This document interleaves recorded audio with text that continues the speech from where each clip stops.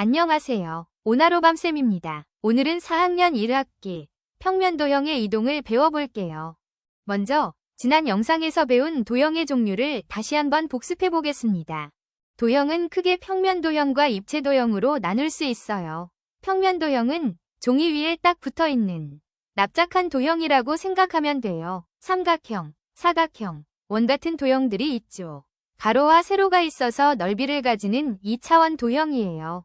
다음은 입체도형이에요. 입체도형은 우리가 사는 세상처럼 공간을 차지하는 도형이에요. 정육면체, 직육면체, 원기둥, 구가 있어요.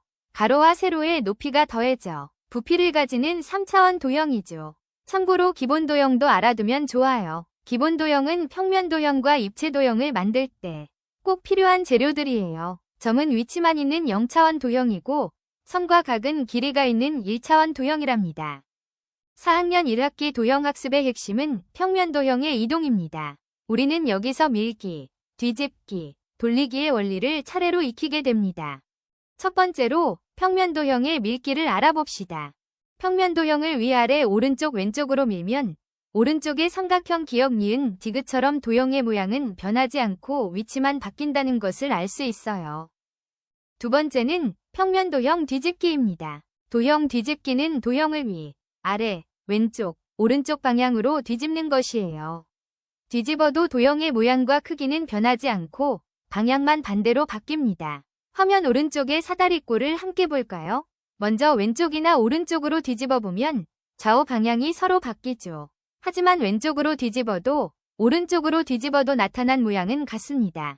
이번에는 위쪽이나 아래쪽으로 뒤집어 볼게요. 이번에는 위아래 방향이 반대로 바뀌지만 위로 뒤집어도 아래로 뒤집어도 나타난 모양은 같아요. 정리해 볼게요. 도형을 좌우로 뒤집으면 좌우가 바뀌고 위아래로 뒤집으면 위아래가 바뀝니다. 하지만 어떤 방향으로 뒤집어도 도형의 모양과 크기는 변하지 않습니다.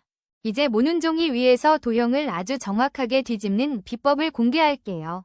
딱 4가지만 기억하면 됩니다. 첫째, 기준선부터 찾으세요. 도형을 어디로 뒤집을지 정해주는 기준선이 어디 있는지 먼저 확인해야 해요. 오늘은 세로로 된 기준선을 따라 뒤집어 볼까요? 둘째, 점 하나만 공략하세요. 도형 전체를 한꺼번에 그리려 하지 말고 꼭지점 하나만 골라보세요. 그림 속 직각삼각형의 맨 위 꼭지점을 볼까요? 이 점에서 기준선까지 왼쪽으로 몇 칸 떨어져 있나요? 하나, 둘, 셋, 넷, 다섯. 네, 5칸 떨어져 있네요. 셋째, 반대쪽에 똑같이 옮기세요. 이제 기준선 오른쪽으로 똑같이 5칸을 이동해서 점을 콕 찍어주는 거예요. 왼쪽으로 5칸이었으니 반대쪽 오른쪽으로도 5칸. 정말 쉽죠? 넷째, 나머지 꼭지점들도 똑같은 방법으로 옮긴 뒤 점들을 차례대로 선으로 연결하면 뒤집힌 직각삼각형이 완성됩니다. 이제 마지막으로 평면도형 돌리기에 대해 알아보겠습니다.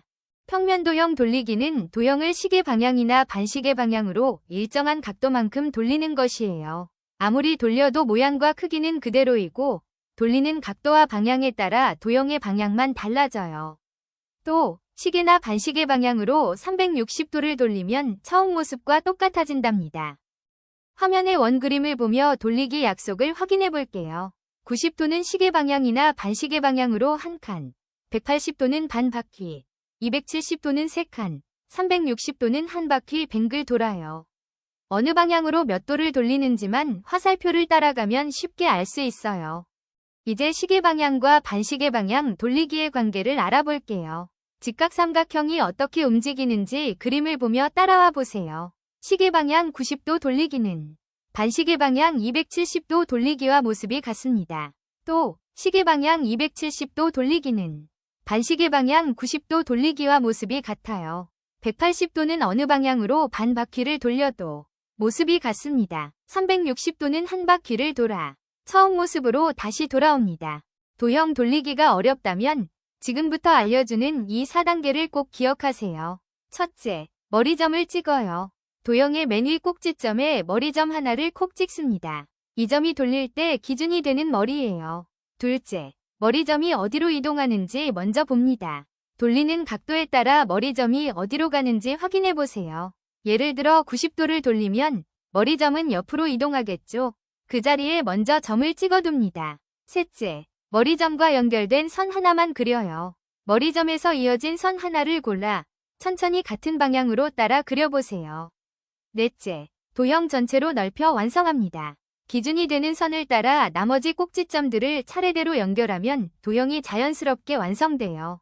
기억하세요. 돌리기는 한 번에 도형 전체를 그리는 게 아니라 점 하나, 선 하나씩 나눠서 따라가는 것이 가장 중요한 요령입니다.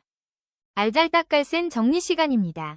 평면 도형의 이동에는 밀기, 뒤집기, 돌리기가 있어요. 먼저 밀기입니다. 밀기는 모양은 그대로, 위치만 옮기는 이동이에요. 쌍둥이 찾기처럼 생각하면 쉬워요. 다음은 뒤집기입니다. 뒤집기는 기준선에서 칸수를 세어 반대쪽으로 똑같이 옮기는 이동이에요.